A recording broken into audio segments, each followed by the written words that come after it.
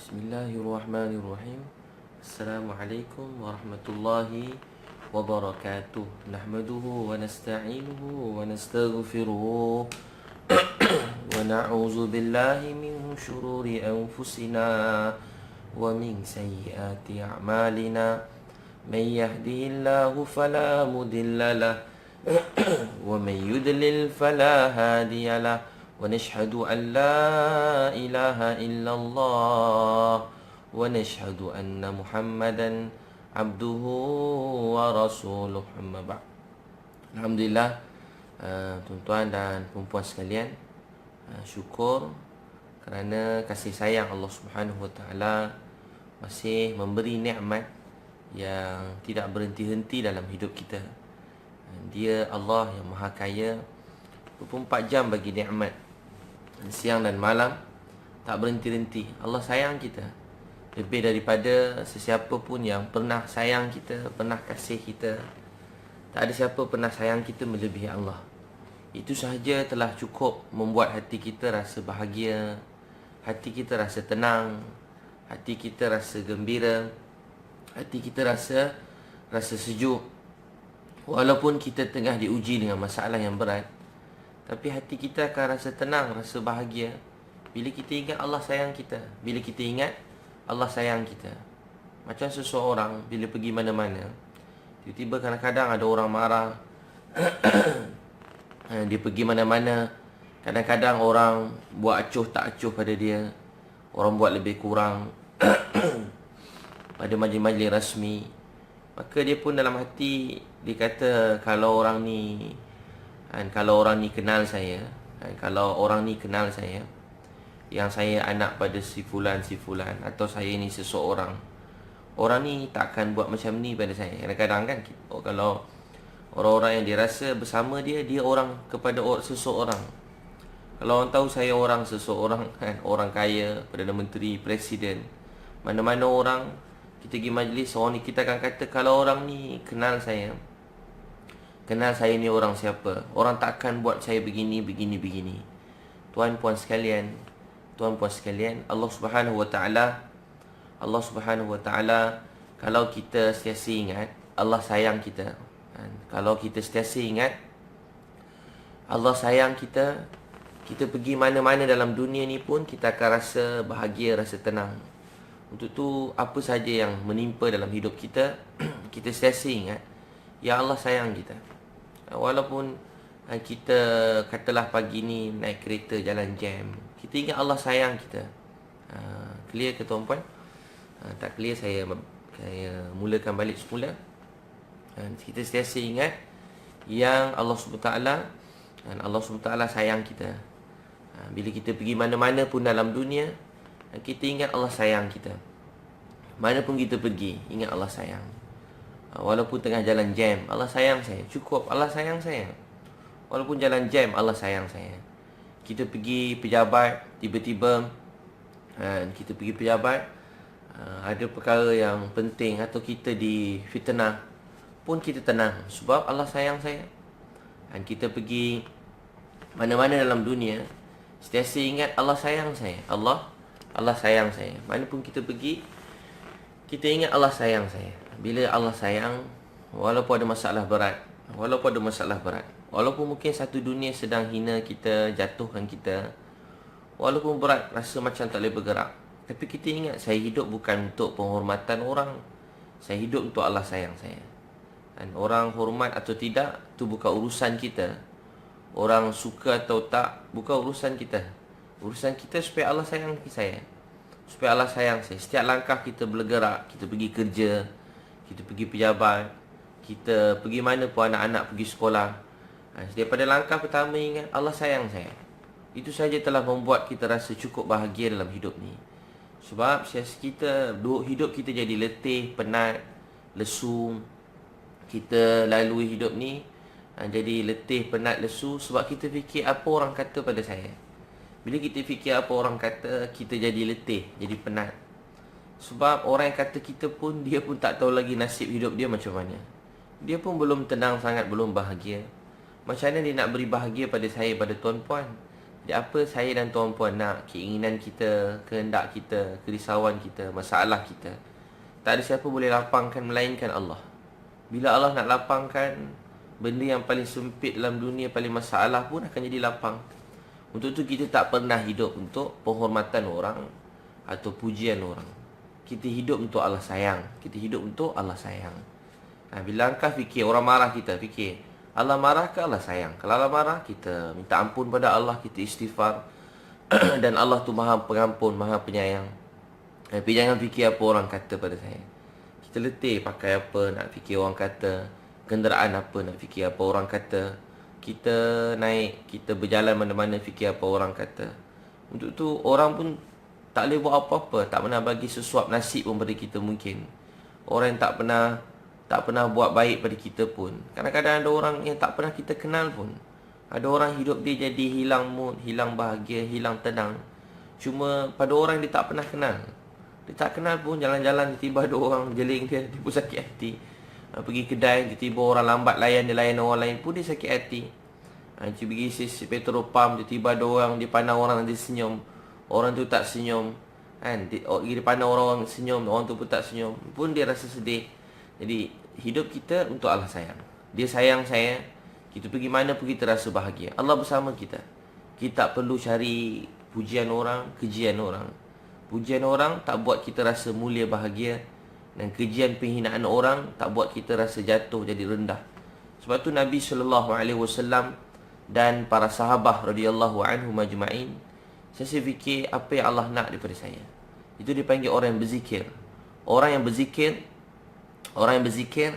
bukan orang yang berzikir bukan orang yang bukan pegang tasbih saja. Itu sebahagian daripada zikir. Orang yang zikir sebutkan mulut dia. Zikir yang sebenarnya, di mana-mana kita berada, kita rasa Allah tengok saya, Allah dengar saya, Allah tahu apa dalam Allah tahu apa dalam hati saya. Allah tengok saya, Allah dengar saya, Allah tahu apa dalam hati saya. Dan bila buat sesuatu, fikir apa yang Allah nak saya buat, apa perintah Allah. Setiap masa orang beriman tertanya-tanya, apa perintah Allah. 24 jam tanya, apa perintah Allah.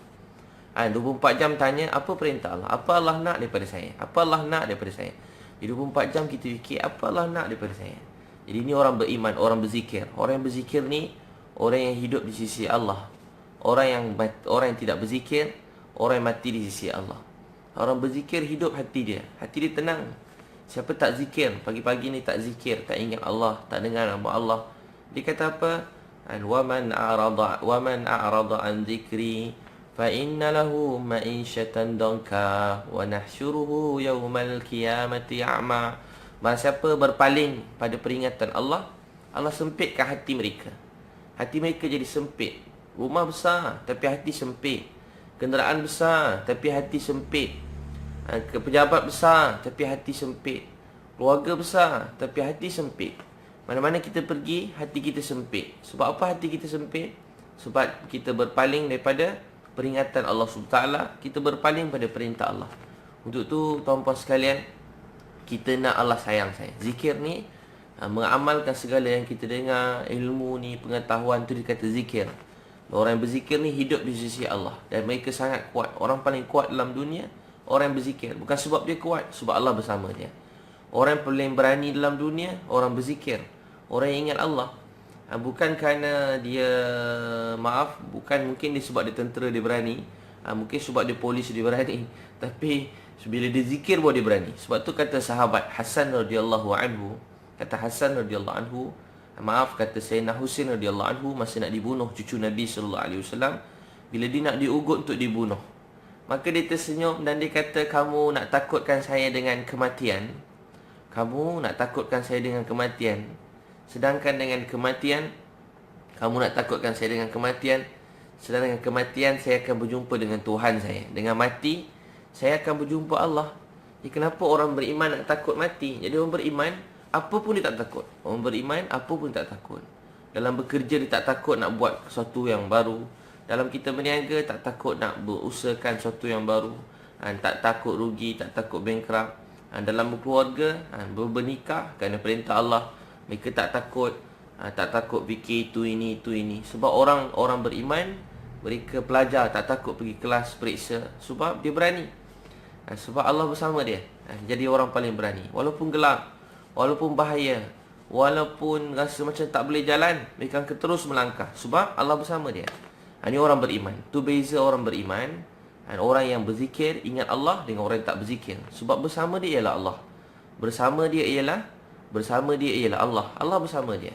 Jadi kita dalam dunia apa saja kita buat, kita ingat Allah sayang saya, Allah bersama saya. Kata Khalid Al-Walid masa lawan musuh yang ramai, orang Islam sikit, orang bukan Islam ramai. Orang Islam sikit, orang bukan Islam ramai. Maka dia orang bermusyawarat macam mana nak lawan. Beza bukan sikit-sikit, besar perbezaan dia. Macam mana nak lawan musuh yang sangat ramai, lawan musuh yang sangat ramai. Maka bila diminta nasihat, minta cadangan, bila sahabat minta cadangan, banyak cadangan diberi.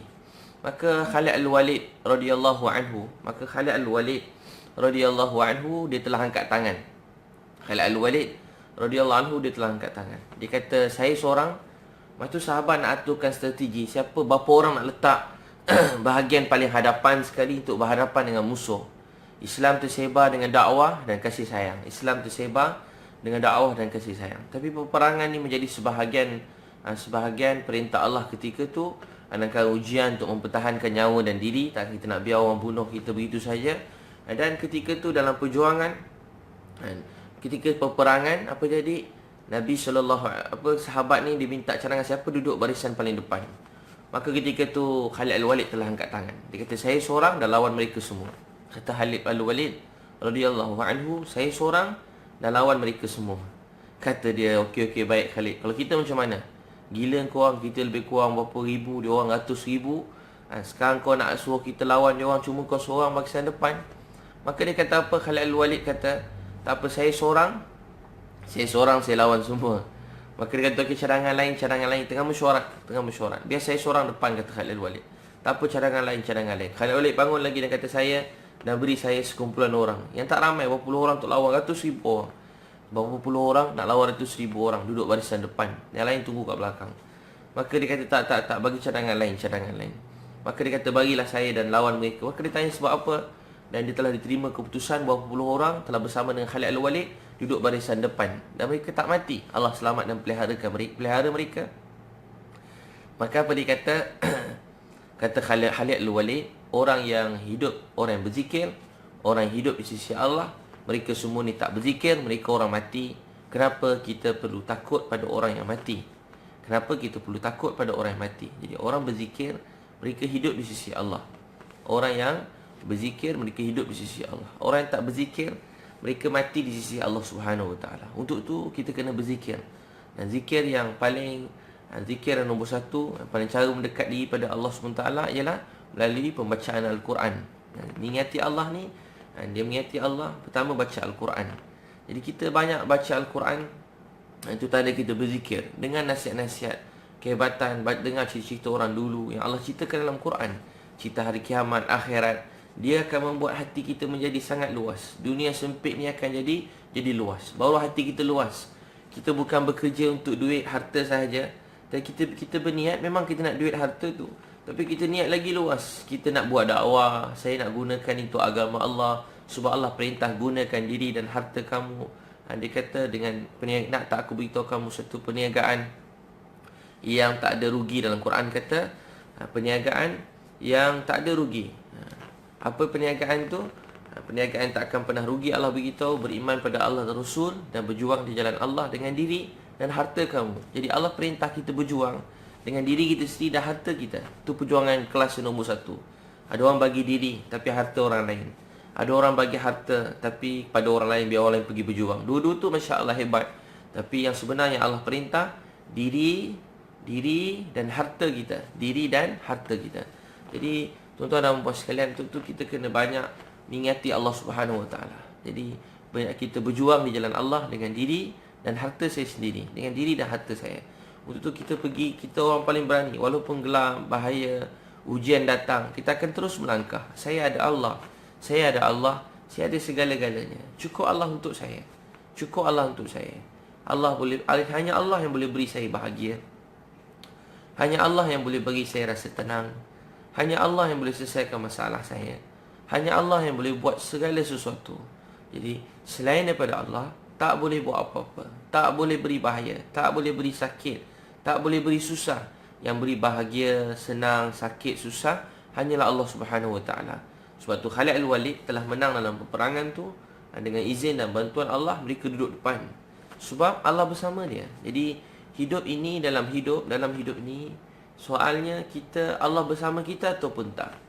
Bukan duit kita sikit ke banyak, bukan kita pandai ke tak pandai, bukan kita kulit putih ke kulit hitam, bukan kulit kita cantik ke tak cantik untuk kita bahagia, tenang, rasa gembira.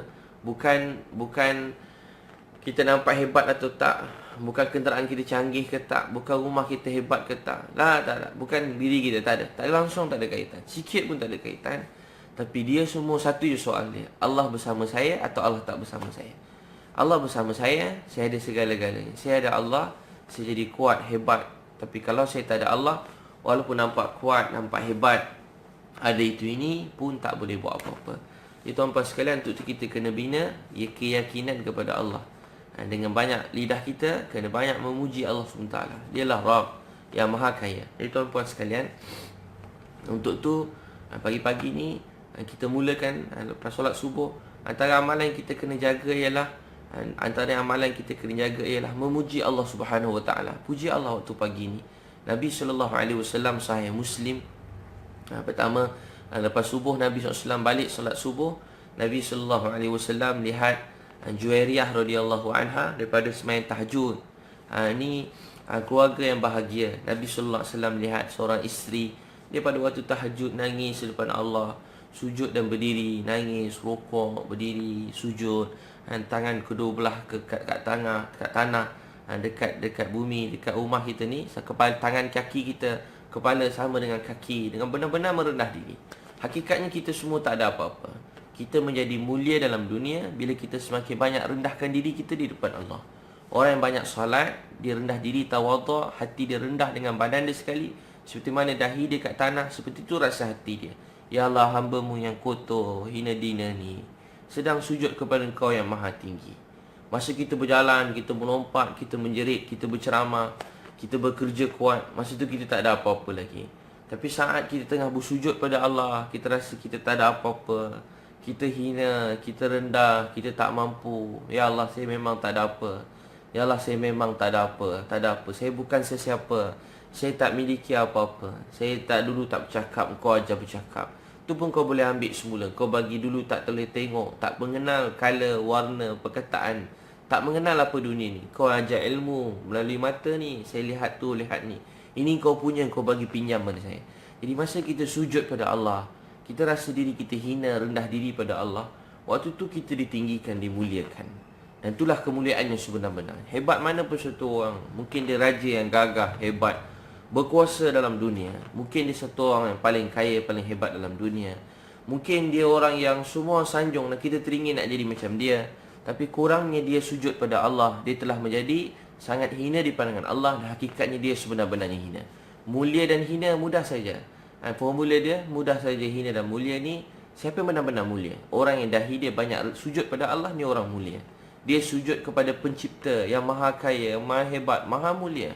Kita kalau kita tengok satu orang budak ambil barang ke orang, dia ambil dengan kasar, dia pergi, kita akan orang yang biadab pada mak ayah. Orang tengok kadang-kadang ada video klip orang biadab pada mak ayah, orang buat orang rakam viral ke, orang buat buruk pada mak ayah. Semua akan tak suka tengok. Bangsa mana, negara mana, orang biadab pada mak ayah, semua orang rasa benci. Sebab apa orang benci?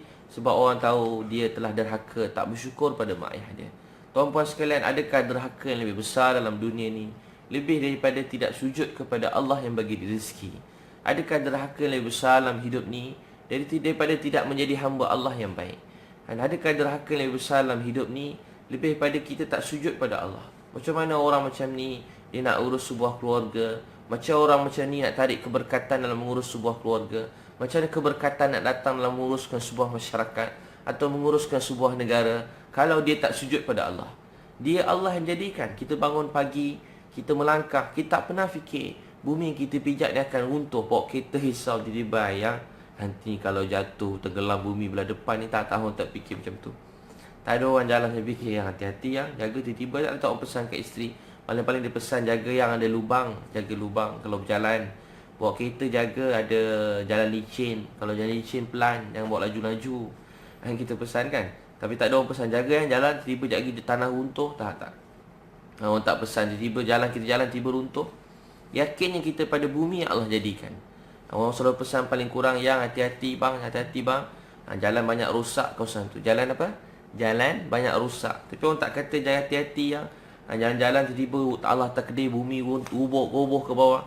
Tak. Kita begitu yakin dengan pembinaan, penciptaan, dalam kata yang lebih tepat ialah apa yang Allah telah jadikan. Apa yang Allah telah jadikan. Tak pernah kita risau. Jalan tak pernah risau bumi tenggelam, jatuh. Kita tahu insya-Allah selamat. Kita bangun pagi, pernah tak orang fikir pagi ni? Tak ada tak tuan apa minta kat luar buka tingkap. Kot-kot matahari pagi ni dah tak keluar. Ya Allah, yang matahari macam tak keluar. Ini kiamat dah. Matahari tak keluar-keluar, naik sebelah lain pula ni. Ada tak bangun pagi, tiba-tiba keluar rumah tengok kot-kot matahari dah tak keluar dah. Matahari dah tak keluar. Ataupun kalau lambat keluar, beritahu sekejap lagi keluar. Ni pergi hujan, mendung, tak nampak, gelap. Tapi tak ada orang kata yang matahari tak keluar pagi ni. Yang matahari tak keluar. Kita begitu yakin yang setiap pagi matahari akan keluar. Dan bila maghrib kita tak pernah fikir matahari tak tenggelam. Kita yakin matahari akan tenggelam. Siapa yang jadikan matahari tadi? Siapa yang jadikan bumi tadi? Yang jadikan matahari yang sangat besar ni dan jadikan bumi yang tak kita semua tak larat nak ukur begitu luas. Seperti kita yakin pada matahari 6 bulan tadi, kita kena yakin pada yang jadikan matahari 6 bulan siapa dia? Allah. Kita kena yakin pada Allah lebih daripada itu lagi. Nabi sallallahu alaihi wasallam bila balik daripada solat subuh, dia tengok isteri Juwairiyah radhiyallahu anha masih solat tahajud dekat tempat yang sama dia solat. Sampai waktu subuh, lepas subuh dia sembahyang sunat. Dia berzikir sampai waktu duha dan dia sembahyang duha. Ni isteri Nabi sallallahu alaihi wasallam, Ummul Mukminin radhiyallahu anha. Siapa suami dia? Rasulullah sallallahu alaihi wasallam. Bagaimana isteri kita? Bagaimana suami kita? Bagaimana isteri kita? Bagaimana suami kita? Kalau apa-apa kekurangan, salah saya. Maka dia tanya Juwairiyah, nak tak aku ajarkan kamu suatu amalan yang membuat kamu mulia, kamu nak tak beritahu kamu. Nabi puji dia, Juwairiyah, kamu duduk sini daripada tadi. Dia hargai isteri dia solat. Walaupun dia Rasulullah, kalau kita Allah yang setakat semayang macam ni, abang malam tadi tak tidur pukul 2 dan nangis. Awak pukul berapa bangun? Nabi tak peli isteri dia, tak keji isteri dia, ataupun taklah dia belagak dia lebih mulia. Sedangkan Nabi SAW mulia. Tapi dia kagum, dia kata, wahai isteriku, kamu duduk sini daripada tadi. Dia kata, ya Rasulullah, saya duduk sini daripada tadi. Nabi SAW bersabda, nak tak aku beritahu kamu satu amalan yang lebih mulia, lebih tinggi. Aku nak beri amalan yang sama dengan apa kamu buat. Bacalah setiap pagi dan petang. Bacalah setiap pagi dan petang. Subhanallah wa bihamdihi adada khalqihi wa ridha nafsihi wa zinata arshihi wa midada kalimatih. Subhanallah wa bihamdihi adada khalqihi. Subhanallah wa bihamdihi adada khalqihi, sebanyak ciptaan dia. Wa ridha nafsihi, sebanyak keredaan dia. Wa zinata arshihi wa midada kalimatih. Subhanallah wa bihamdihi adada khalqihi wa ridha nafsihi wa zinata arshihi wa midada kalimatih. Subhanallah wa bihamdihi adada khalqihi wa ridha nafsihi wa zinata arshihi wa midada kalimatih. Baca ni pagi dan petang, 3 kali pagi, 3 kali petang. Baca pagi dan petang. Subhanallah wa bihamdihi, Maha suci Allah daripada segala keaiban, kekurangan, daripada apa yang kita bayangkan. Sebab kita makhluk, tak boleh bayangkan, tak boleh fikir, tak ada apa-apa yang menyamai dia. Subhanallah wa bihamdihi, Maha suci Allah wa bihamdihi, segala puji cuma untuk dia. Segala puji cuma untuk dia. Yang bangunkan kita semua daripada tidur ni ialah Allah. Yang bawa kita kat tempat kerja kita ni ialah Allah. Yang izinkan kita dapat dengar nama dia pagi-pagi ni ialah Allah. Yang beri kita rezeki sarapan pagi ni ialah Allah. Yang mudahkan kenderaan kita start pagi ni ialah Allah. Yang melancarkan perjalanan kita ialah Allah. Yang takdirkan jam ni pun ialah Allah. Supaya kita jadi tenang, jadi bahagia. Supaya kita banyak ingat Allah, dapat dengar ceramah. Supaya kita belajar. Dalam berjalan ni boleh belajar. Bukan belajar buruk orang, tapi belajar dekat diri pada Allah. Dalam berjalan, jalan mana-mana kita buat. Mana-mana kita duduk, dekat dalam hutan, dekat laut, dekat pantai, mana saja, kita ingat Allah Subhanahu Wa Taala. Subhanallah wa bihamdihi. Maha suci Allah wa bihamdihi. Segala puji untuk dia. Segala puji milik Allah. Allahu Akbar. Sebanyak ciptaan dia yang maha luas. Dia kata satu daun dalam hutan belantara. Gugurnya daun ni pun dengan pengetahuan Allah. Allahu Akbar. Banyak hutan yang tebal ni. Setiap daun yang gugur semua dalam ilmu Allah. Allahu Akbar. Berterbangan daun tu, terbang daun tu, pam jatuh ke tanah dengan pengetahuan Allah. Ranting pagi tiba kena jatuh ranting pun dalam ilmu Allah Subhanahu Wa Taala. Walaupun semut dalam hutan yang sedang bergerak, dalam tanah banyak semut dalam hutan, binatang-binatang, setiap semut yang bergerak ni semua sedang diberi rezeki oleh Allah. Subhanallah wa bihamdihi adada khalqihi. Sebanyak ciptaan dia. Allahu Akbar. Yang kisah Nabi Musa kan, seekor ulat letak kat telinga. Ulat tengah makan dalam batu yang padat, dia tengah makan daun yang segar. Allah hidupkan daun tanpa matahari, tanpa matahari, tanpa dalam batu yang padat. Tak boleh ada kehidupan, tapi ada daun segar tengah dia makan. Sambil ulat tadi kata apa? Subhana man yarani. Maha suci Allah yang sedang tengok aku, yang sedang melihat aku. Subhana man yarani wa ya'rifu makani warzuqni wa la yansani. Subhana man yarani wa ya'rifu makani warzuqni wa la yansani. Subhana man yarani. Maha suci Allah yang melihat aku, wa ya'rifu makani, yang mengetahui tempat dudukku, mengetahui keadaan hidupku, warzuqni, yang berizki padaku, wala yansani, yang tak pernah lupakan aku.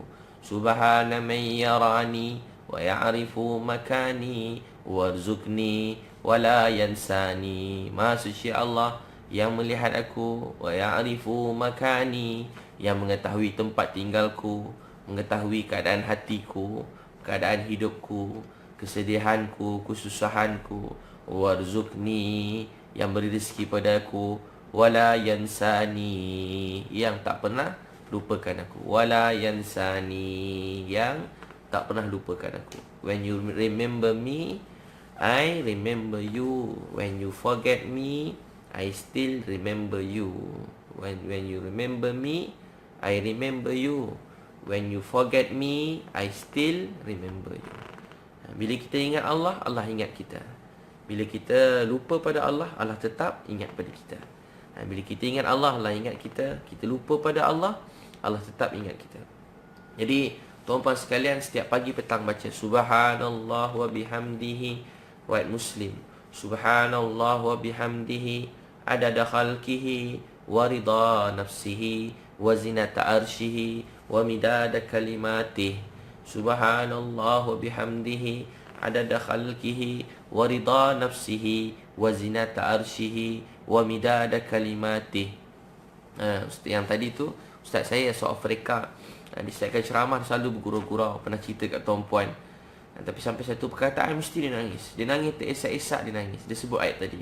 When you remember me, I remember you.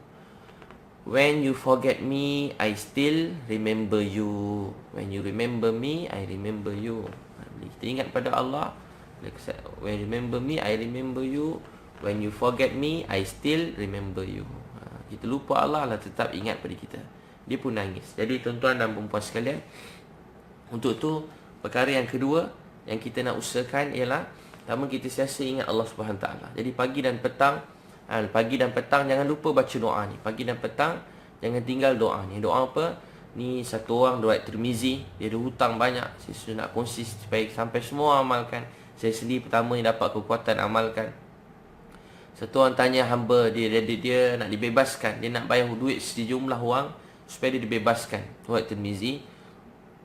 Dia pun jumpa dengan Sayyidina Ali radhiyallahu anhu. Kata Sayyidina Ali, tolonglah saya, hutang saya banyak, saya tak boleh bayar ni.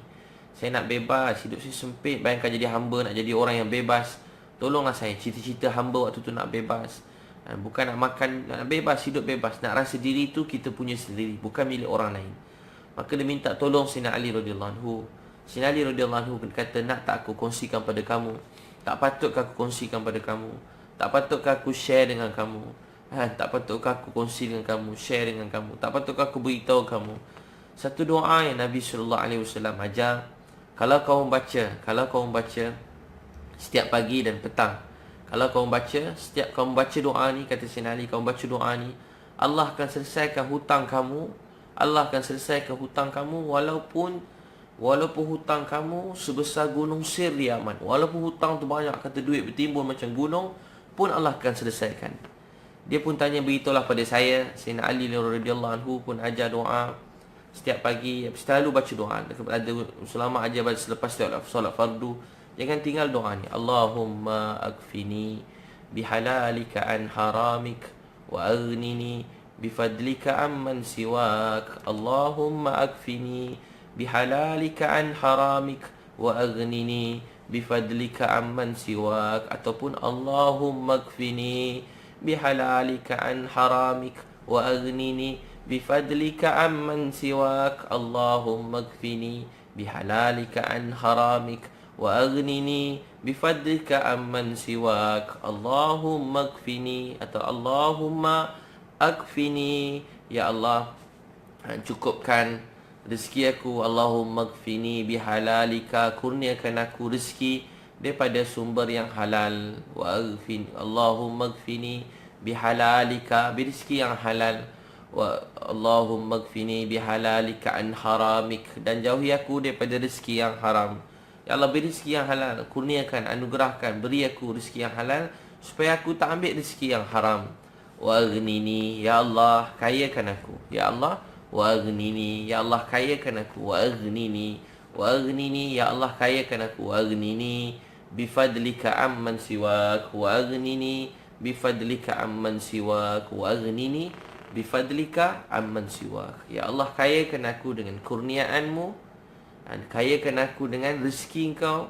Wa aghnini bifadlika, dengan kurniaanmu, sehingga aku tak perlu minta-minta kepada selain daripadamu. Sebab sifat orang beriman, dia tak akan minta dan harap kepada selain daripada Allah. Hati dia, hidup dia hanya bergantung pada Allah, harap pada Allah. Macam tu kita bekerja. Orang yang dibantu oleh Allah, orang yang tak minta pada orang, tak harap pada orang. Hati, mulut minta dengan Allah, hati harap dengan Allah. Tidak ada lebih, dia harap lebih pada Allah. Kita kan kalau tengah berjalan, tiba terjumpa kita tengah sempit, susah, tiba jumpa kawan kita yang kaya, yang dulu sangat baik, membesar sama kita, banyak duit, kita mesti rasa dalam hati ataupun jadi orang besar, kita mesti teringin nak jumpa dia, minta tolong dia, minta nasihat, minta pertolongan. Sebab kita rasa kita ada kawan baik yang sangat kaya, bukan sikit-sikit punya kaya, sangat kaya dan sangat besar kuasa dia. Apa kita buat? Kita akan rasa begitu begini, akan rasa ya Allah dah lapang masalah. Tengok muka dia pun dah tenang dah, sebab masalah dah selesai. Tuan-tuan sekalian, kita ada Allah, kita ada Allah yang faham masalah kita lebih pada kita faham masalah kita, yang kenal kita lebih daripada siapa-siapa pun. Untuk tu jangan kita minta selain daripada Allah. Jangan kita minta selain daripada Allah. Baca doa ni, Allahumma gfini bihalalika an haramik wa aghnini bifadlika amman siwak. Ni doa sebelum pergi kerja, sebelum pergi pejabat. Minta Allah beri rezeki sebelum berniaga, kan? Sebelum berniaga, kan? Allahumma gfini bihalalika an haramik wa aghnini bifadlika amman siwak. Allahumma gfini bihalalika an haramik wa aghnini bifadlika amman siwak. Kedua, hadis riwayat Abu Daud, Abu Darda radhiyallahu anhu, Abu Umamah radhiyallahu anhu, hadis Abu Daud, Abu Umamah, dia tengah duduk masjid, ada masalah pergi masjid. Orang dulu macam tu, ada masalah pergi masjid buat solat sunat. Dan tiba dia tengah-tengah solat, habis dia duduk kat masjid, dia termenung, dia sedih, masalah hutang banyak. Dia tak boleh nak jumpa orang, tak berani nak jumpa orang, tak tahu nak menghadap manusia. Ni ujian antara yang paling berat dalam hidup ni. Kita mungkin difitnah, atau mungkin memang keaiban kita yang dibongkarkan, yang kita telah bertaubat tapi kadang orang buka balik semula, atau kelemahan kita yang dibuka, yang diceritakan, atau mungkin perniagaan kita tu, kita berniaga kadang-kadang hutang banyak keliling pinggang. Abu Umamah radhiyallahu anhu ada masalah berat, dia tak boleh nak jumpa orang. Kita kalau ada masalah, tak payah jumpa orang dulu, masalah berat. Kena apa-apa yang berat-berat tak tertanggung, malu nak ngadap orang, tak payah menghadap. Apa kita buat? Kita dekat diri pada Allah. Kita dekat diri pada Allah Subhanahu Wa Taala. Banyak sembahyang taubat, istighfar. Kita ada Allah. Allah sayang kita. Dia Maha Kaya. Cukup Allah untuk sayang. Maka apa dia duduk kat situ? Abu Umamah duduk masjid. Nabi SAW kata, wahai Abu Umamah, nak tak aku kongsikan kamu satu amalan. Dia cerita, Rasulullah, saya hutang banyak, saya tak nak jumpa orang. Nabi SAW kata, aku nak ajar kamu satu amalan. Ni amalan ni Allah akan selesaikan hutang kamu, masalah hidup kamu, kesempitan kamu, keresahan kamu. Doa ni kepenindasan orang, semua Allah selesaikan, termasuk dalam doa. Ni doa Nabi SAW. Penindasan orang, kejian orang, cengkaman musuh, cengkaman orang lain, atau apa saja. Perasaan takut, perasaan malas, perasaan jadi malas, dia bangun pagi malas, dia nak pergi kerja. Ada juga orang macam tu. Hidup dia malas, dia nak tidur je. Tak bersemangat. Pergi kerja tak semangat. Kerja ni perintah Allah, berusaha. Berdakwah tak semangat. Di dakwah muka pun macam tak apa ada mood je kan. Jumpa orang pun tak nak. Jumpa orang pun tak nak. Tak sungguh, tak semangat nak cakap kebaikan. Ataupun tak semangat nak didik anak-anak. Tak semangat nak pergi hantar anak sekolah. Tak semangat nak lalui hidup ni. Ada ujian yang berat. Tak semangat nak selesaikan apa yang menimpa kita. Maka apa Nabi SAW ajak Abu Umamah, dia ada hutang yang banyak dan takut menghadap manusia. Nabi SAW ajar satu doa. Nabi ajar baca 3 kali pagi dan 3 kali petang. Hadis Abu Daud. Dan amalkan doa ni, Allah akan selesaikan hutang. Allah akan selesaikan masalah malas. Allah akan selesaikan masalah penakut. Allah akan selesaikan masalah cengkaman musuh, penindasan orang. Baca Allahumma inni a'udzubika minal hammi wal hazan wa a'udzubika minal azzi wal kasal wa a'udzubika minal jubn wal bukh wa a'udzubika min ghalabati daini wa qahri rijal. Baca doa tu, Allahumma inni a'udzubika minal hammi wal hazan wa a'udzubika minal azzi wal kasal wa a'udzubika minal jubn wal bukh wa a'udzubika min ghalabati daini wa qahri rijal. Lepas main kita baca kan, jadi imam ke, Allahumma inna na'udzubika minal hammi wal hazan wa na'udzubika minal azzi wal kasal wa na'udzubika minal jubn wal bukh wa na'udzubika min ghalabati daini wa qahri rijal. Allahumma inni a'udzubika minal hammi wal hazan wa a'udzubika minal azzi wal kasal wa a'udzubika minal jubn wal bukh wa a'udzubika min ghalabati daini wa qahri rijal. Baca doa ni 3 kali pagi, 3 kali petang. 3 kali pagi, 3 kali petang. Saya letak dalam buku doa saya yang kuning tu. Siapa tuan-puan dah ada buku tu, ataupun dalam mutakab hadis ni pun ada. Dalam mutakab hadis ni ada cerita hadis doa-doa yang saya cerita tadi, dengan hadis-hadis dia tulis riwayat semua sekali. Jadi tuan-puan baca doa tu. Baca doa tu 3 kali pagi dan petang. Kata Abu Umamah radhiyallahu anhu, kata Abu Umamah, aku amalkan dalam masa seminggu, tak sampai seminggu, Allah selesaikan masalah hutang aku. Dalam masa sekejap, berapa tempoh ni, sekejap je dia kata Allah selesaikan masalah, berapa hari je Allah telah selesaikan masalah hutang dia. Jadi doa pagi dan petang jangan tinggal. Bukan kita nak dunia, tapi kita nak supaya dunia ni tak menjadi beban untuk kita. Fikir dunia siang malam. Termenung juga duit tak ada, fikir siang malam. Hutang banyak, jadi serabut kepala kita sampai rasa macam Allahu Akbar. Letih fikir dunia. Tengah semayang berfikir dunia lagi, tengah baca Quran berfikir dunia lagi. 24 jam fikir dunia. Dunia tak ada pun. Kalau ada dunia fikir, satu hal juga. Banyak sangat dunia nak kena kira. Dunia pun kadang-kadang tak ada. Kalau banyak kira, tak, itu pun dah teruk juga. Tapi lagi teruk, dunia tu tak ada pun. Dunia tu tak ada pun. Tapi jadi pening siang malam, 24 jam fikir. Jadi amalkan doa-doa ni. Mudah-mudahan Allah SWT akan selesaikan semua masalah hutang kita. Allah akan selesaikan semua masalah hutang. Dia baca doa tu, Allahumma inni, 2 doa pagi dan petang. Ajar keluarga, anak-anak, jangan tinggal doa ni. Pertama, Allahumma gfini bihalalika an haramik wa aghnini bifadlika amman siwak. Doa kedua, Allahumma inni a'udzubika minal hammi wal hazan wa a'udzubika minal azzi wal kasal wa a'udzubika min ghalabati. Allahumma inni a'udzubika minal hammi wal hazan wa a'udzubika minal azzi wal kasal wa a'udzubika minal jubn wal bukh wa a'udzubika min ghalabati daini wa qahri rijal. Tuan-tuan boleh cek doa tu, baca doa tu, amalkan. Kemudian yang seterusnya, Tuan-puan sekalian, buku tu tuan-puan, buku doa kuning Muntakab Hadis tu, kalau tuan-puan nak boleh WhatsApp, nanti dia orang postkan 013 2984 984 013 2984 984 013 2984 984. Dan tuan-tuan dan puan sekalian, dan seterusnya jaga solat duha. Bila kita jaga solat duha, Allah jaga kita. Jaga solat duha. Duha ni dia bukan yang saya paling seronok sekali duha ni, saya dengar satu hadis Nabi sallallahu alaihi wasallam. Satu hadis Nabi sallallahu alaihi wasallam. Hadis tu kata hadis Sahih Muslim ada, hadis yang satu lagi riwayat lain pun ada. Dia ceritakan dalam diri manusia ada 360 sendi. Hadis yang lain dia kata ada banyak sendi, dan untuk tu kata hadis ni, untuk setiap sendi dan nikmat yang Allah beri pada kita, hendaklah kamu bersyukur atau berzikir atas setiap sendi. Dalam kata lain, makanan kita punya roh kita perlu makanan. Ada orang badan sihat, kuat, tapi roh mati. Bila roh mati, hati pun malap. Bila hati malap, hidup kita jadi tak tenang, tak bahagia. Hidup jadi resah. Dia kata dua, badan kan kalau tak makan lemah. Terlambat sarapan, ada orang gastrik, tak makan pagi, tengah hari makan, lepas tu rasa kepala pening, kecuali niat puasa lah.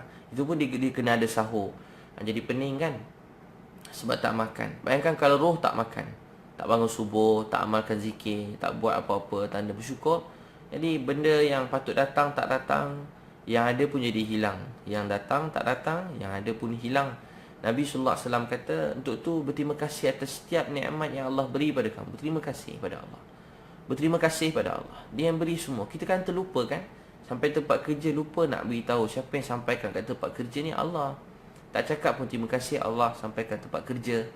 Dapat apa-apa anugerah tak cakap pun, ya Allah terima kasih sebab bagi berjaya. Dalam hati kadang-kadang perasan diri sendiri berjaya. Perasan diri sendiri berjaya. Terlupa. Lupa diri sekejap. Tengah jalan, tiba-tiba terlupa kan? Sampai dengan ceramah dapat dengan nama Allah, terlupa cakap terima kasih Allah sebab dengan nama engkau. Kadang dengan nama Allah pun berumut. Nama Allah, cerita lain, nama Allah. Ada orang dengan nama Allah pun marah. Selalu kan kita jumpa Allah. Cerita lain, dengan nama Allah cepat-cepat terus cabut lari kan. Dengan nama Allah tu pusing muka ke arah lain. Allahu Akbar. Dengan nama Allah tak kurang rasa nikmat. Sepatutnya dengan nama Allah makin cinta, makin sayang. Nama Allah yang jaga kita. Bukan sebab orang cakap tu. Kita juga orang budak-budak anak cakap tentang Allah, suka dengar, pusing badan dengar dia cakap. Walaupun budak-budak kecil, walaupun orang gila baju buruk cakap pasal Allah, betul dia cakap, kita dengar. Walaupun yang cakap tu orang nampak tak meyakinkan, tapi dia tengah sebut pasal Allah, kita dengar. Kita suka dengar sebab dia cakap pasal Allah. Dia puji Allah, agungkan Allah. Allah yang bagi kita, jaga kita. Kita kalau bercinta, kita jalan, lalu kat negeri dia, lalu kat kawasan rumah dia pun, kita kata dah nampak atap pun kita dah rasa berdebar dah.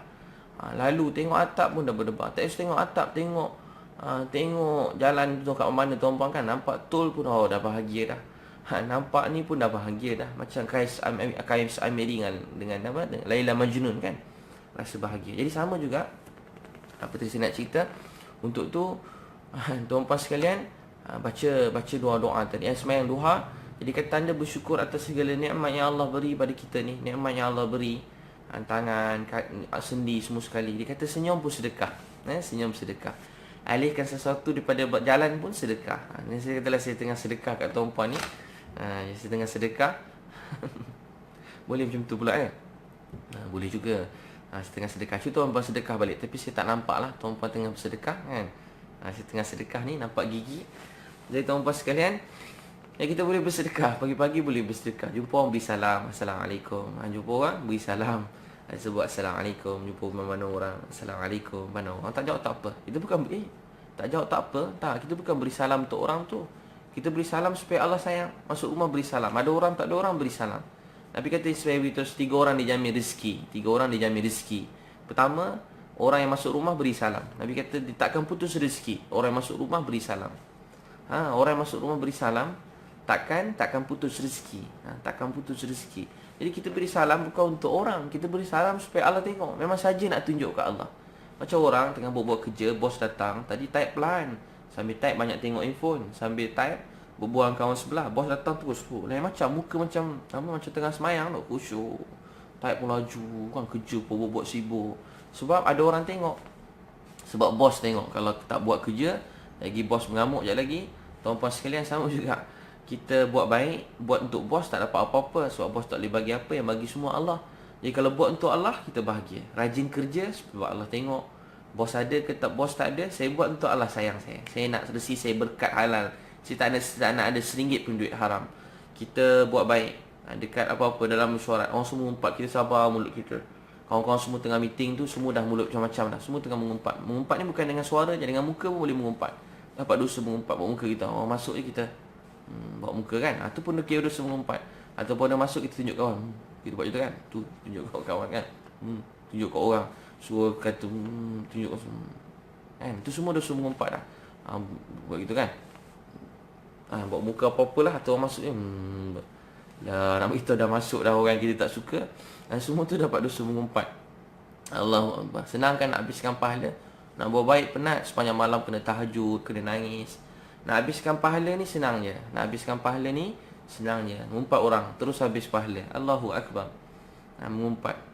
Mengumpat yang dibenarkan cuma kalau kita nak bangunkan dia. Contoh HR. Nak bangunkan staff datang lambat. Boleh bincang dengan HR je. Ataupun dengan bos je bincang untuk selesaikan. Tapi bukan hina, kenapa dia ni teruk sangat, tak gerti-gerti, berubah. Itu semua pun dah masuk dari kategori mengumpat. Tapi kalau cerita kat pejabat ramai, bincang kenapa dia mengumpat, atau kenapa dia datang lambat, tu pun kira mengumpat. Tu pun dikira mengumpat. Polis boleh mengumpat dengan kawan dia orang, nampak orang manjat rumah orang. Dia kata, orang manjat rumah orang, dia kena macam tu. Mengumpat macam tu dibenarkan. Dia tak ada pula kata astaghfirullah, insya-Allah di rumah dia tu kunci tertinggal, tak boleh. Dia kena mengumpat juga. Tengok tu manjat rumah orang boleh. Ataupun orang tu memang dia datang kat sini, dia nak bunuh semua orang. Dia akan nak tipu duit semua orang. Kita pun terpaksa kata, suruh dia berhenti, dia tak nak berhenti juga daripada tipuan. Kita kata hati-hati, dia nak tipu orang tau. Kita beritahu pada orang tertentu. Jadi tuan-tuan sekalian, selebihnya untuk ubah orang yang paling baik, banyak nangis pada Allah. Dan tegurlah orang seperti mana kita suka untuk kita ditegur. Yang ni kita tak suka kita dipermalukan. Macam tu kita nasihat pada orang lain. Jadi tuan-tuan sekalian, tanda bersyukuri semua nikmat yang Allah beri pada kita. Apa dia kita kena buat? Dia kata zikir, tolong orang, senyum, sedekah, alihkan sesuatu daripada jalan sedekah. Tapi dia kata apa yang antara sedekah? Ialah kita sembahyang sunat duha 2 rakaat. Kata Nabi SAW, hadis Sahih Muslim, 2 rakaat duha, 2 rakaat duha memadai.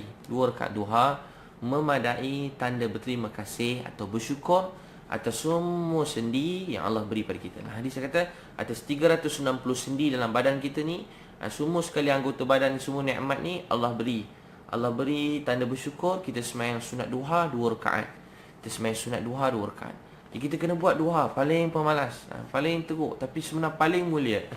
Paling malas, paling teruk tapi paling mulia. Paling malas, paling teruk tapi paling mulia, paling hebat dah apa dia? Buat 2 rakaat solat sunat duha. Ambil uduk buat 2 rakaat kan. Kat mana-mana, dekat jalan raya buat berhenti pergi jalan sembahyang sunat duha. Sembahyang sunat duha. Tengah dekat pejabat 2 rakaat duha. Kat sebelah tempat duduk tak lagi surau, sebelah tempat duduk dia tengok kiblat kan. Tengok kiblat, buat sebelah cepat-cepat je. Tak payah buat lama-lama. Jangan sembahyang sampai 2 jam pula. 2 minit je baca Fatihah, kuliah Fatihah, qul huwallah. Kita tengah kerja kan. Tamanya kalau kita kerja dengan orang, boleh buat 2 rakaat sampai 2 minit. Kita anas pun dekat setengah jam. Tapi cepat-cepat. Jangan kalau orang datang tengok kita 2 rakaat duha. Tengah atas bot pun, tengah kerja nelayan atas bot kan. Buat 2 rakaat duha. Allahu Akbar. Buat 2 rakaat duha. Jadi kat mana-mana kita duduk, kita buat 2 rakaat duha. 2 rakaat duha ni tanda bersyukur atas nikmat yang Allah beri kepada kita. Allahu Akbar. 2 rakaat duha dalam hadis Nabi dikata tanda bersyukur atas segala nikmat yang Allah beri pada kita. Jangan malas buat 2 rakaat duha. Orang yang bersyukur Allah tambahkan nikmat. La in syakartum la azidannakum wa la in kafartum in azabi lasyadid. Siapa bersyukur Allah tambah nikmat, siapa kufur Allah beri azab yang pedih. Sebab tu 2 rakaat duha bila kita syukur, Allah akan buka jalan rezeki, jalan kebaikan. Dalam satu hadis Nabi SAW, dia kata jangan malas. Kata Nabi jangan malas mengerjakan 4 rakaat sunat di awal hari. Dia kata, ulama kata solat sunat isyraq di awal hari 4 rakaat, ataupun solat sunat duha. Ulama kata solat sunat duha. Dalam mazhab Syafi'i ini dia tak ada solat sunat isyraq. Tak ada solat sunat isyraq. Mazhab Syafi'i dia tak cerita pun solat sunat isyraq, dia solat sunat duha. Boleh mana-mana tuan-puan nak buat solat sunat isyraq ke solat sunat duha. Dia lebih kurang 28 minit selepas syuruk. Duha pun dikira insya-Allah Dua rakaat beri salam, buat 2 rakaat, dia kata 4 rakaat. Dalam hadis Nabi SAW yang lain, dia siapa buat 2 rakaat duha, Allah ampunkan dosa dia walaupun sebanyak buih dalam laut. Ya Allah Tuhan, kita yang buat dosa, Allah bagi jalan untuk kita minta ampun. Patut kita kelang kabut tanya, ya Allah, macam mana supaya saya diampunkan? Berilah saya jalan. Apa saya boleh buat, kita buat salah ke orang, apa saya boleh buat supaya saya dimaafkan, supaya saya diampunkan, supaya saya dimaafkan. Ni Allah beri jalan. 2 rakaat solat sunat duha, 2 rakaat solat sunat duha, 2 rakaat solat sunat duha, Allah ampunkan dosa seperti buih dalam laut. Ni semua dalam hadis, ada dalam ni, dalam mutakab hadis ni saya cerita, ada bab, dia ada bab dalam dari 7 bahagian. Dalam bab solat tu, cari bahagian solat sunat, jadi cerita solat sunat duha, solat sunat banyak lain lah, solat sunat tahajud. 2 rakaat duha, pertama kenapa kita kena buat? Sebab kita nak terima kasih pada Allah atas semua sendi nikmat yang Allah beri pada kita. Kata Nabi, setiap anggota ni tanda kita berterima kasih dan sebagai makanan untuk rohani kita, jiwa kita. Ada orang-orang soleh, kadang-kadang badan dah lemah, dah tua, tapi dia boleh buat sembahyang sunat sampai puluh rakaat, sampai ada buat ratus rakaat. 2 rakaat duha, mereka boleh buat amalan baca Quran sampai khatam. Imam Syafi'i rahmatullah alaih, sampai hujung usia beliau, beliau masih khatam di waktu siang. Sebulan Ramadan dia khatam sekali, malam dia khatam sekali. Bulan Ramadan, bulan biasa, dia khatam setiap hari, khatam sekali. Imam Syafi'i rahmatullah alaih setiap hari khatam sekali, khatam Quran sekali. Kalau kita macam mana? Ada ulama kata Quran paling cepat pun boleh khatam mesti lebih daripada 3 hari. Ada setengah ulama kata. Tapi Imam Syafi'i rahmatullah alaih dia khatam Quran sekali, dia khatam setiap hari sekali khatam Quran. Allahu Akbar. Kita boleh khatam setiap sehari sekali. Jadi paling kurang kita khatam sebulan sekali. Satu hari satu juz. Muhammad Umar Palampuri kata ni antara amalan umat hari ni yang sangat mudah dan di tengah-tengah. Apa dia? Baca satu hari satu juz. Dia tak banyak, dia bukan besar, hebat tak. Satu hari satu juz Quran. Lebih kurang lepas setiap solat fardu buka 2 line. Kalau habis sampai malam 5 kali lebih kurang, kita dapat 10 line. Jadi habis satu juz, lebih kurang 2 line. Setiap lepas solat fardu buka 2 line, khatam Quran. Siapa buka Quran, sebenarnya dia sedang mendapat ilmu. Dia telah hubungkan ilmu dia yang sangat sedikit, itu pun Allah beri, tak ada ukuran. Mungkin setitik air pada lautan. Ulama kata apa yang kita miliki semua, bukan pengetahuan kita semua dalam dunia, dia cuma macam setitik air daripada lautan yang luas. Ilmu kita banyak tu je. Yang luas tu ialah ilmu Allah Subhanahu Wa Taala. Untuk tu orang yang untuk tu kita buat solat sunat duha. Solat sunat duha, tanda kita orang Imam Syafi'i waktu siang dia khatam sekali, malam khatam sekali. Bulan Ramadan, bulan biasa setiap hari khatam sekali. Jadi kita berapa kali khatam? Paling kurang sebulan sekali. Jadi tuan-puan sekalian, dia kata 2 rakaat duha.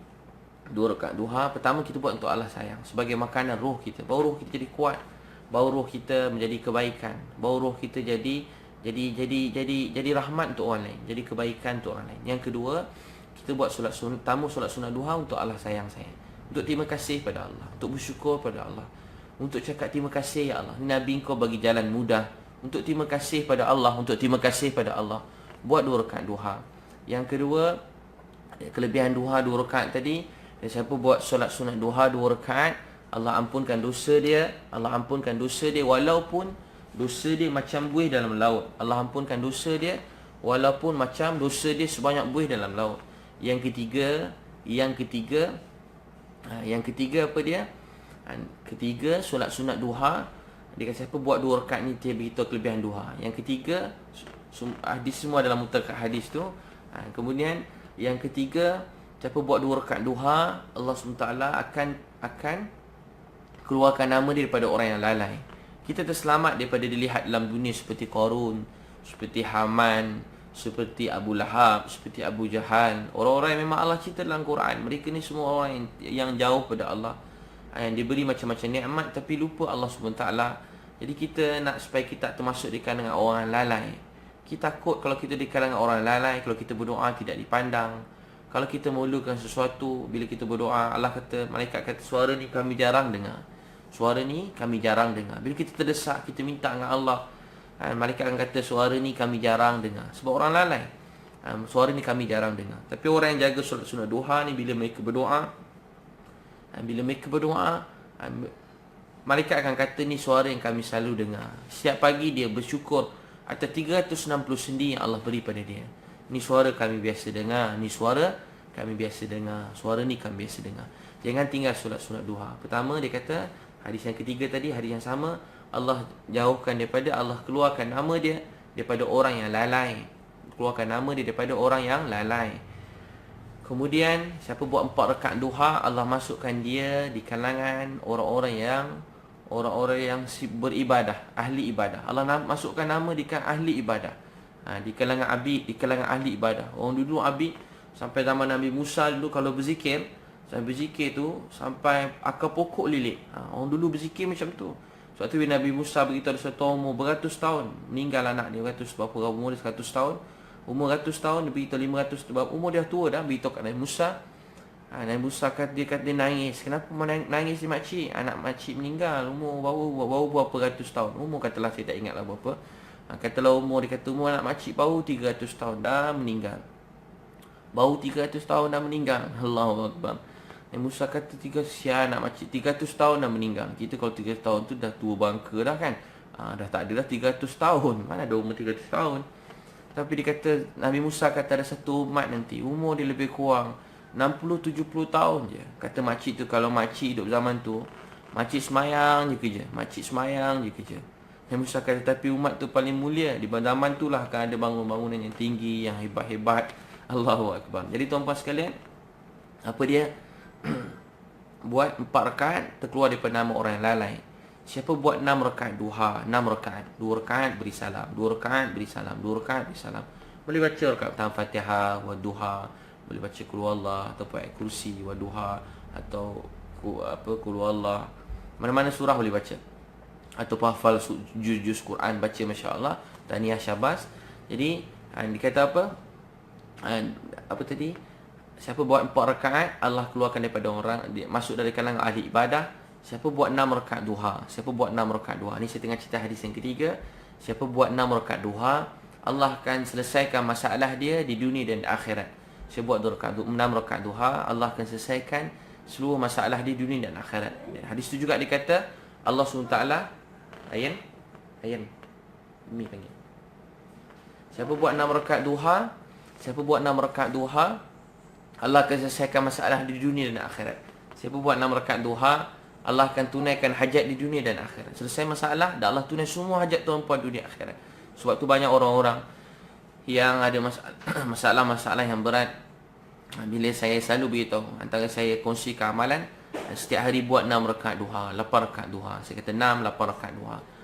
Biasa mereka buat 6 atau 8. Siapa buat ni, siapa belum ada jodoh, Allah mudahkan. Siapa kerja susah, Allah mudahkan. Siapa kesempit hidup, Allah lapangkan.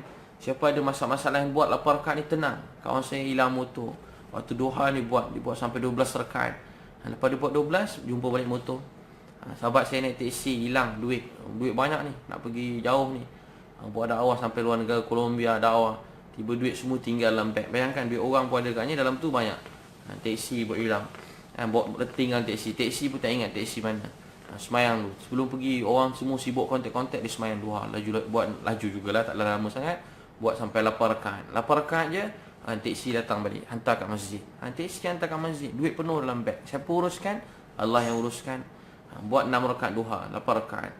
Kita nak ni, kita tuju orang sana, cari kabel ni, cari kabel. Allah makin berat. Cari kabel makin kecewa makin besar. Sebab kabel pun bahajat. Hidup dia pun manusia ni, lagi kaya lagi bahajat, lagi besar lagi bahajat. Jadi sama je manusia. Bahajat atau tidak bergantung kepada yakin dan takwa dia. Jadi dia bahajat, dia nak beri pada kita, dia akan kurang. Lagi besar orang, maaf, kalau tanpa iman dia akan jadi lagi kedekut. Duit banyak tapi kedekut. Itu memberi bukan tunggu kaya, memberi daripada miskin. Senyum masih miskin, tolong orang masih miskin. Kalau kaya mudah-mudahan tak kedekut. Sebab lagi banyak lagi kedekut. Sebab tu jadi macam Qarun. Nak bayar zakat mula kira-kira, tangan menggeletar nak keluar zakat. Sebab dia saya cari, saya penat. Betul, memang jadi macam tu. Siang malam kita kerja, sekarang tiba nak bagi zakat, nak tolong orang susah, bagi orang miskin. Kita akan rasa beban, rasa berat. Sebab tu kata ulama, kau nak memberi daripada susah, daripada miskin, belajar memberi. Katalah kita rasa RM1 tu mudah, tapi RM5 susah, RM2 tu susah. Jadi kita mula tambah sikit korban, bagi RM2. Tekan sikit perasaan, bagi RM2. Kita ikhlas RM1. Maksudnya RM1 memang tak, bukan ikhlas, tak payah fikir boleh bagi orang RM1. Contoh. Jadi bagi kita RM1 tu kecil, tapi RM2 tu besar. Apa kita bagi? RM2 tu besar. Jadi kita bagi RM1.50 bagi sedekah ke orang contohnya. Bagi kita besarkan sikit, gandakan sikit. Kita besarkan sikit. Nanti Allah pun akan tambah. Dalam hadis, tak habis lagi kita duha tadi. Saya kongsi dengan tuan-puan 4 amalan kan. Saya dah kongsi 2, yang ketiga duha yang ketiga. Jadi tuan-puan sekalian, siapa buat 6 rakaat duha, Allah selesaikan masalah di dunia dan akhirat. Kawan saya tak ada jodoh, semain duha, semain tunggu zuhur. Lepas zuhur nampak makwa, kejar terus sampai ke rumah beritahu kat ayah, terus kahwin sampai sekarang bahagia. Laju cerita tu kan, sampai sekarang bahagia. Cepat tak dapat, lagi cepat daripada semain duha kita tadi. Duha. Saya ajak kongsi tuan-puan. Dulu-dulu kan, saya kerja dunia training, motivasi. Tiba-tiba kita present sana, present sini tak dapat. Tapi bila buat 8 rakaat, yang ni cancel, Allah beri yang lain. Yang ni cancel, Allah beri yang lain. Dapat program team building syarikat ni, nak buat banyak, nak buat 6 siri contoh. Saya pun buat, alhamdulillah, segala puji bagi Allah. Allah yang buat. Dulu tiba-tiba contoh TV panggil, saya buat training kan, TV panggil. Kita tak pernah minta, sebab saya belajar tak boleh minta dengan orang, tak boleh cakap dengan orang. Kalau tanya masuk TV, insyaAllah gitu je. Tapi tak adalah SMS orang nak masuk TV ke, tak adalah. Kawan-kawan kata nak ke pergi jumpa, jumpa tidaklah. Ada rezeki ada. Kita akan usaha jalan biasa-biasa je. Jalan orang lain lalu, macam tu kita lalu. Kita tak pergi jalan pelik-pelik kan. Jalan lepas tu apa kita buat? Buat rakaat duha. Bila lepas doa, tengah-tengah duha tu tengok handphone dah berbunyi. Dia selalu tengah duha, handphone dah berbunyi dah. Tek bunyi dah, bunyi mesej masuk. Lepas tu tak dengar lah bunyi tu, tapi khusyuk pun kurang juga. Dia punya info masuk. Dia tengok, ni program ni. Macam-macam program masuk. Jadi tuan-tuan sekalian, untuk tu Allah buat semua. Dia maha kaya. Buat 6 rakaat, Allah akan selesaikan semua masalah dunia akhirat. Allah tunai segala hajat. Siapa buat 8 rakaat duha, dia masuk dari kalangan orang qanitin, orang yang ahli qanitin, orang yang taat. Orang yang taat ni ialah Nabi SAW dan para sahabat. Jadi kata ulama sahabat-sahabat dulu, mereka selalu sembahyang sunat duha 8 rakaat. Banyak sahabat-sahabat sembahyang sunat duha 2 pun boleh, Nabi pun buat, sahabat buat. Pernah buat semua tu 2, 4, 6, 8. Tapi banyak sahabat mereka buat 8 rakaat duha. Sebab tu Nabi SAW kalau pernah diriwayatkan, pernah waktu malam Nabi Allah takdirkan, sekali tu dia tinggal tahajud, Nabi SAW telah gantikan bagi Nabi. Sekali Allah takdirkan, Allah yang tidurkan Nabi supaya nak ceritakan, Nabi SAW ganti di waktu siang tahajud tu dan waktu duha. Jadi tuan-tuan sekalian, dia buat 8 rakaat. Jadi 8 rakaat duha ni kita kena buat. Siapa buat 8 rakaat, dia masuk di kalangan orang qanitin. Tuan-tuan, saya cadangkan, boleh cadangkan ke? Buat 8 rakaat duha. Buat 8 rakaat duha, Allah akan selesaikan semua masalah kita dunia akhirat. Jangan malas buat 8 rakaat. Kalau tengah malas sangat, buat 2, buat 4. Kalau tengah rajin, buat 8. Kalau ada masa, buat 8. Tak payah lama-lama. Sedang-sedang je sembahyang tu. Tenang, khusyuk, tak tergesa-gesa, tapi tak payah panjang sangat, buat 8 rakaat duha. Buat 8 rakaat duha. Allah akan selesaikan semua masalah dunia akhirat. Kongsikan dengan ramai orang, dengan anak-anak. Saya tengok satu keluarga, anak 12 orang. Dia berniaga. Anak-anak 11 orang. 11 lebih kurang. Saya tak ingat setiap kali nanti saya jumpa abang tanya berapa anak dia. Tiba Umi dia kata duha. Tengah-tengah saya duduk bincang-bincang bisnes ni, training, motivasi. Saya buat motivasi memang. Kalau saya tak buat pun, saya fikir orang tanya kenapa Ustaz buat training, motivasi. Yang cas-cas ni, saya beritahu tuan-puan, memang semua syarikat dalam Malaysia ni daripada dulu buat training motivasi. Ada peruntukan tu buat training, buat motivasi, buat team building. Daripada dulu lagi, dah lama dah. Ada peruntukan. Kalau kilang tu ada berapa persen, memang tak boleh keluarkan duit tu cuma kecuali untuk training. Memang kena potong. Duit ni cuma boleh keluarkan melalui training. Jadi kadang-kadang dulu-dulu orang buat training, orang panggil, boleh tak salah, panggil luar negara yang bukan Islam. Tapi cerita benda yang sama, cerita tentang semangat bekerja, tentang komunikasi, kepimpinan, pasal cara nak hilangkan stres. Jadi saya pun dah lalui semua kursus training tu daripada dulu. Dan saya fikir tak ada jalan lain untuk lebih tenang, lebih bahagia, yakni melainkan dengan Quran dan hadis Nabi SAW. Jadi saya bawa terapkan Quran dan hadis Nabi SAW dan kursus-kursus dalam nasihat-nasihat. Macam saya kongsi dengan tuan-puan ni, macam ni saya kongsi. Sebab bagi saya, manusia ni tak akan boleh jadi tenang, bahagia, melainkan mereka kena balik pada Allah Subhanahu Wa Taala. Ada juga dia orang minta buat training, buat game, tu saya buat juga. Tapi yang lebih utama ialah saya bawa masuk cerita Allah, Nabi SAW. Berhibur tapi dengan jalan yang tenang, Kadang-kadang training, maaf kan, training motivasi macam-macam. Maaf saya sebut ni, saya dulu lalu saya sedih. Waktu solat pakai langgar je. Waktu solat langgar. Semua waktu solat langgar. Duduk 3 hari duha pun tak. Kata nak rezeki tenang, tak bagi masa untuk solat sunat duha. Solat fardu pun langgar. Habis langgar semua sekali. Sampai kadang-kadang, maaf, program pula kena selang-selang. Laki perempuan. Seorang laki orang, seorang bini orang. Bukan bini dia, bini orang lain. Laki orang, bini orang. Laki orang, isteri orang. Suami orang, isteri orang. Maaf, laki bini ni suami isteri orang, suami isteri. Celah-celah. Lepas tu kan kena buat aktiviti pula. Ada pula kan sentuh, pegang tangan. Bayangkan, balik-balik pada kursus bukan bertambah bahagia, rezeki yang ada pun hilang. Keberkatan yang patut ada kat syarikat hilang. Sebab suami, isteri, ramai-ramai duduk dalam ni. Kalau sembunyi tu urusannya dengan Allah. Ni terang-terang dalam majlis yang kononnya nak cari ilmu, tapi berlaku perkara macam tu. Sebab tu saya buat training motivasi yang bawa mudah-mudahan sikit sebanyak, bukanlah dakwah saya sedikit sebanyak, saya terapkan tentang nilai-nilai Islam dan sunnah Nabi sallallahu alaihi wasallam, supaya apa yang kita lalui jadi tenang. Macam tu saya dulu yakin. Orang cakap saya boleh, saya hebat untuk pelajar tu. Saya tak faham sangat. Saya boleh, saya hebat, saya cemerlang. Saya boleh, saya hebat, saya cemerlang. Tapi bila saya dapat letak perkataan Allah bersama saya boleh, saya hebat, saya cemerlang, hati saya tenang, saya lapang. Sebab itulah yang sebenar-benarnya. Kita tak boleh buat apa-apa melainkan la haula wala quwwata illa billah. Tapi kita nak Allah bersama saya. Allah bersama saya. Ya tuan-tuan sekalian, buat 8 rakaat duha. Allah SWT akan masukkan kita di kalangan orang yang qanitin. Siapa buat 12 rakaat duha, Allah beri satu mahligai dalam syurga. Hadis ketiga saya tengah cerita ni, Allah beri satu mahligai dalam syurga. Ya tuan-tuan, buat duha setiap hari, Allah akan selesaikan semua masalah kita dunia akhirat. Buat 12 rakaat duha, Allah akan selesaikan semua masalah kita dunia akhirat. Dan tuan-tuan sekalian, mudah-mudahan Allah mudahkan rezeki tuan-puan. Buku-buku muntakah hadis dan doa tadi, tuan-puan boleh WhatsApp 013-2984-984 013-2984-984. Tuan-puan sekalian, saya ada buat program anak-anak, motivasi untuk anak-anak yang secara umum. Saya buat tarikh dia bulan Mei. Saya buat di UPM Serdang, UTM Skudai dan di MMU Melaka. Tentang supaya anak-anak ada jiwa agama, yakin pada Allah, supaya anak-anak ada merasai kebesaran Allah, cakap kebaikan, belajar buat dakwah. Bila saya buat baru dekat Imtiaz Terengganu, saya buat baru ni habis SMK Pelindung kat Kuantan, dikumpulkan semua pelajar SPM kat Kuantan tu dikumpulkan. Dikumpulkan semua pelajar SPM kat Kuantan tu, SPM, PMA, banyak sekolah, insya-Allah. Kemudian tiba-tiba saya beritahu dia orang, anak-anak ni sambil baca result Allah bersama saya, markas BIC, saya dah dapat A100. Ada yang nangis-nangis baca. Tak ada, saya bukan buat muhasabah program lain, ada juga lepas tu. Tapi itu bukan muhasabah, nangis-nangis. Saya seronok tengok anak-anak, dia nak dapat 100 dengan niat untuk agama. Sekarang orang Islam anggap belajar ni tak penting. Takkan tak penting?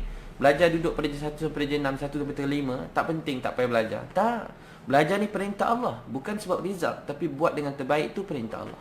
Buat dengan terbaik perintah Allah. Berusaha dengan terbaik perintah Allah. Habis SPM dapat semua A, mati, meninggal dunia. Rugi tak orang Islam? Tak. Allah kira usaha dia, kurang tidur, kurang makan, tak pemalas, rajin, hormat mak ayah, buat dakwah, bangun solat malam, bangun tahajud, semua tak sia-sia. Semua tak sia-sia. Tu program saya buat supaya anak-anak belajar dengan niat untuk buat dakwah. Bukan masuk EU cuma nak belajar ilmu, tapi nak buat dakwah. Program ni tuan-puan nak berminat boleh tengok kat www.transformjiwa.com. Ada seminar saya buat. Kat negeri lain boleh anjurkan, dekat sekolah tuan-puan gabung 2-3 sekolah. Boleh buat peringkat sekolah, peringkat daerah. Boleh buat kan, masya-Allah. Dan tuan-puan sekalian, atau WhatsApp 017-3666-848. 017-3666-848. Dan tuan-puan sekalian, masya-Allah, saya nak kongsi yang terakhir. Apa dia? Waktu pagi ni, yang terakhir ialah dalam hadis Nabi SAW yang sahih. Setiap pagi malaikat berdoa. Ya Allah, orang yang memberi, orang yang berinfak, bersedekah, berinfak, memberi. Dan Allah SWT malaikat doa, Ya Allah, Ya Allah. Malaikat doa, Ya Allah, orang ni kau tambahilah rezeki dia, kau berkatkan, kau cukupkan, kau gantikan apa yang dibelanjakan, dan rezeki dia akan jadi semakin luas kerana doa malaikat untuk kita setiap pagi. Siapa dia? Orang yang suka berinfak. infak yang pertama saya kata kepada siapa? Kepada orang di bawahan kita, isteri dan anak kita. Isteri dan anak kita, mak ayah kita. Isteri, anak-anak, mak ayah kita. Isteri, anak-anak, mak ayah kita. Kemudian adik-beradik kita. Adik-beradik pertamanya, nombor satu, adik-beradik perempuan. Adik-beradik perempuan. So adik-beradik lelaki, adik-beradik perempuan. Kita ada adik-beradik perempuan, kita kena infak untuk mereka. Terutama yang suami mereka telah meninggal dunia, ayah kita dah tua, dah uzur. Jadi adik-beradik perempuan di bawah tanggungjawab lelaki. Sebab tu lelaki dalam faraid ni dapat lebih daripada wanita. Bukan untuk dihabiskan seseorang, tapi untuk diusahakan perniagaan, bekerja sebagai modal untuk dia dapat duit dan dia kena beri. Mona Jamshid sangat ambil berat perkara ni. Pernah satu orang bawa cerita Jamil, cerita ada orang bawa pada beliau madu. Bila nak minum, dia saja tanya nak ajar pelajar dia ilmu. Dia kata madu ni daripada mana? Dia daripada kebun ayah saya. Madu saya ni daripada kebun ayah saya. Kamu ada beri pada kebun ayah. Ayah kamu ada adik-beradik perempuan tak? Yang adik-beradik perempuan. Dia kata ada adik-beradik perempuan. Dia kata tak ada adik-beradik perempuan. Baik. Sebelum ayah kamu dulu ada atuk kamu dulu yang turunkan beri tanah ni. Atuk kamu ada beradik perempuan tak? Maka dia pun tanya, ada beradik perempuan? Kenapa? Saya pun tak tahulah datuk saya ada beradik perempuan ke tak. Saya pun tak tahu. Kata Maulana Jamshid, sebab dalam harta ni ada hak bagi adik-beradik perempuan dalam harta tu. Ada hak mereka. Terutamanya suami yang dah tak ada, suami dah tak ada, kita kena berinfak, jaga. Mereka tanggungjawab kita. Katalah esok suami dia meninggal, ayah kita dah tua, kita sebagai anak lelaki dalam keluarga, adik-beradik perempuan kita kena jaga. Walaupun dia dah berumur, anak-anak dia kecil-kecil, suami dia meninggal contoh, ataupun suami dia meninggal, kita kena jaga anak-anak dia, ataupun dia ceraikan. Anak-anak dan isteri tadi kita kena ambil tahu. Selepas isteri, anak-anak, mak ayah kita kena ambil tahu juga adik-beradik perempuan. Begitu sekali Islam menjaga wanita. Sebab dulu-dulu wanita ni tak kerja. Dulu-dulu ada yang bekerja, berdakwah bersama Nabi SAW sangat ramai. Tapi saya nak cerita tuan-puan, asasnya tanggungjawab mencari rezeki untuk keluarga ialah lelaki. Asas mencari rezeki untuk keluarga lelaki. Jadi kalau wanita bekerja, tetap kita sebagai suami, ayah, kita bertanggungjawab kena kerja dan kena beri nafkah pada mereka. Itu infak yang pertama. Untuk tu jangan kedekut pada yang wajib pada kita, pada keluarga. Bukan maksudnya membazir. Jangan kedekut ni bila perlu kita beri. Perlu keperluan yang kita memang tahu tu keperluan. Walaupun sabun mandi bukanlah wajib, tapi dia jadi keperluan. Shampoo, cuci muka, dia jadi keperluan. Benda-benda macam tu, contoh saya saja mudahkan. Dan lepas tu infak pada isteri, pada mak, pada ayah, anak-anak kita, pada isteri, anak-anak, mak, kemudian adik-beradik perempuan kita dan adik-beradik keluarga kita. Kemudian kepada saudara mara kita. Kemudian baru kita infak kepada orang-orang lain. Kalau lebih daripada tu, baru kita infak kepada orang-orang lain. Itu dari segi tuntutan dia. Kalau tak kita takut hak adik-beradik perempuan kita terbagi pada orang lain, sedangkan keluarga kita sendiri dalam keadaan kelaparan. Sebab tu membantu saudara dapat dua pahala.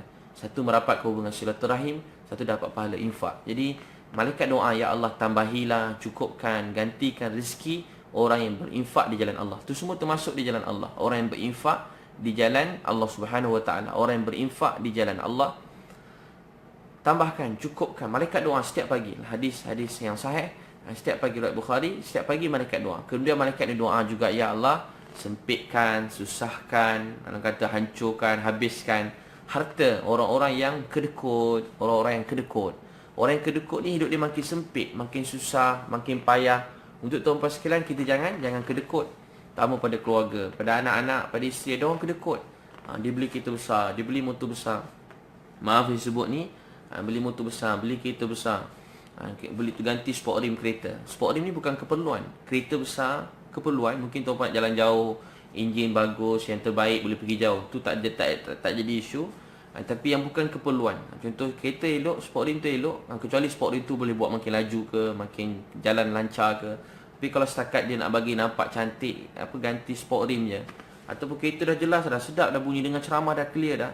Tapi tuan-puan saja ganti speaker yang harga berjuta-juta dalam kereta pasang, itu pun dikira membazir.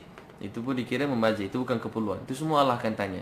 Dalam kita punya sport rim tadi tu, maaf, ada hak orang miskin, ada hak anak yatim, ada hak orang susah, ada hak orang itu ini. Jadi tuan-puan sekalian, tuan-puan beli kereta mahal tak salah. Sebab mungkin enjin dia bagus, mungkin agaknya enjin bagus, tuan beli kereta baik, supaya tuan-puan ada duit lebih, supaya tuan boleh pergi jauh dengan mudah, buat dakwah mana-mana. Beli helikopter pun tak salah, beli kapal terbang pun tak salah. Mungkin tuan-puan perlu masa, banyak orang nak dengar ceramah tuan-puan, atau banyak tuan-puan mungkin diperlukan mana-mana. Tak ada masalah. Tapi salah bila benda-benda yang tak perlu langsung dalam hidup ni. Yang tak perlu langsung, tak perlu. benda-benda yang macam aksesori bukan-bukan yang kita tambah-tambah. Ada orang sanggup beli semua ni, tapi untuk anak isteri tak bagi. Kita kalau jalan paling kurang kena ada duit dalam poket, kena ada RM200 contoh, ada RM50 paling kurang. Tapi isteri kita biar berjalan dalam poket dia cuma ada duit shilling-shilling, terlebih-terlebih kat rumah duit shilling je bagi, ya Allah. Duit shilling je bagi isteri berjalan. Tuan-tuan sekalian, tapi betul bila urus rumah tangga kan, isteri kita beli-beli barang, ya Allah, banyak orang punya beli kan. Dia kata, yang habis dah duit, dia pun sedih. Duit tu tak pakai pun dia beli pampers, dia beli susu. Lainlah kalau kita dah belikan siap-siap pampers, susu kan. Lama-lama makan hati isteri. Yang duit dah habis, baru bagi dah habis. Beli susu, beli pampers, beli apa lagi? Beli sabun je suruh kita beli laki kalau kita beli sabun. Kalau saya beli, ya Allah, semua saya ambil sebab tak tahu sabun mana satu. Nanti sekali pergi beli baik warak ni, dia belikan semua sekali. Dia tengok silap semua sekali, salah pula sabun kan. Salah pula sabun, ya Allah Tuhan. Sabun boleh salah nak cepat-cepat. Pampers selalu ambil pergi kedai biasa senang kan. Pergi kedai-kedai kecil. Dia pergi pasar raya besar tengok pampers, salah juga beli pampers. Biasa pakai pen, tiba-tiba tak pakai yang pen tu, pakai yang biasa. Dah kelang kabut anak semua kan. Kena baring balik semula kan. Ya Allah, kena pasang pampers, salah lah tak pakai. Itu tuan-tuan sekalian, untuk tu malaikat dalam Bukhari berdoa, ya Allah, untuk orang ni tambahkan rezeki dia. Ya Allah, tambahkan rezeki untuk orang yang berinfak, cukupkan, berkatkan. Dan untuk orang yang kedekut, wahai Allah, sempitkan, susahkan hidup dia. Untuk tu tuan-tuan sekalian, kita belajar. Untuk tu kita belajar, untuk sentiasa kita dekat diri pada Allah SWT. Ya tuan-tuan, insya-Allah, itulah amalan-amalan saya kongsikan. Jadi amalkan sama-sama. Boleh insya-Allah tuan-tuan, kita ada program nanti bulan Mei di UPM Serdang, UTM Skudai dan di MMU Melaka. Tuan-tuan boleh tengok website www.transformjiwa.com www.transformjiwa.com atau WhatsApp 017 pagi ni boleh daftar.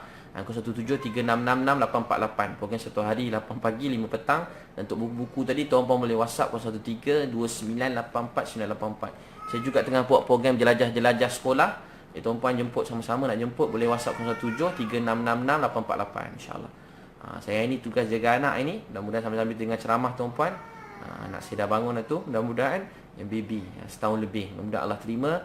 Maaf tuan-puan sekalian, kita jumpa lagi. Wabillahi taufiq wal hidayah. Wassalamualaikum warahmatullahi wabarakatuh. Terima kasih semua.